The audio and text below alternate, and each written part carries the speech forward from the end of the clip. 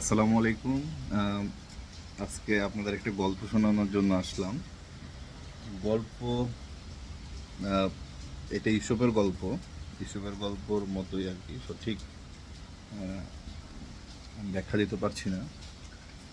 তো গল্প হচ্ছে, কোনো এক মগডালে একটি ঈগল বসে আছে। সে সাধারণত তার শিকারের আশায় অথবা এমনি রেস্ট নিচ্ছে, যে কোনো একটা কিছু হবে আর কি। প্রতিমধ্যে একটি খরগোশ সেই ঈগলকে দেখে বলল যে, বড় ভাই, প্রথমে সালাম দিছে, আসসালামু আলাইকুম বড় ভাই। তো উপর থেকে ওই জব দিছে, ওয়ালাইকুম আসসালাম, কিরে খরগোশ কেমন আছিস? তো খরগোশ করছে, ভাই আছেই, দিনকাল ভালোই চলছে। তো আপনি এত রিল্যাক্সে রোদ পোয়াচ্ছেন, তা আমি নিচে বসে রোদ পোয়াই। বলছে, বস বসে থেকে রোদ টোদ পোয়া, সমস্যা কি, আমি তো আছি। তাই ওই মনে মনে ভাবিছে, বাপরে বাবা, এত বড় ঈগল উপরে বসে আছে।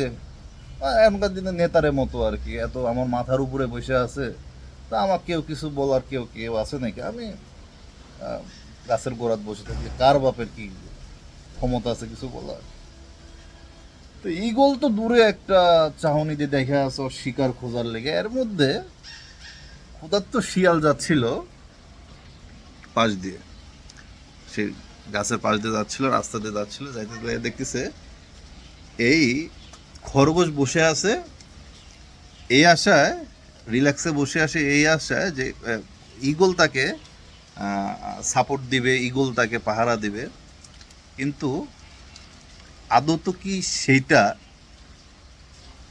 সে পরখ করার জন্য শিয়াল তো খুব চালাক, তাকায় আছে, দেখতেছে যে খরগোশের মাথার উপরে ঈগল বসে থাকলেও তার দূরদৃশ্যতা অনেক দূরে, খরগোশের উপর না।